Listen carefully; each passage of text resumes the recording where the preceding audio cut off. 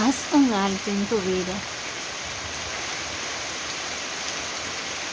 y contempla la creación en todo su movimiento, en todo su esplendor.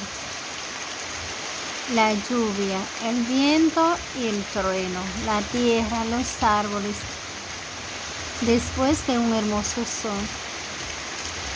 La creación que nos habla de la grandeza del Creador.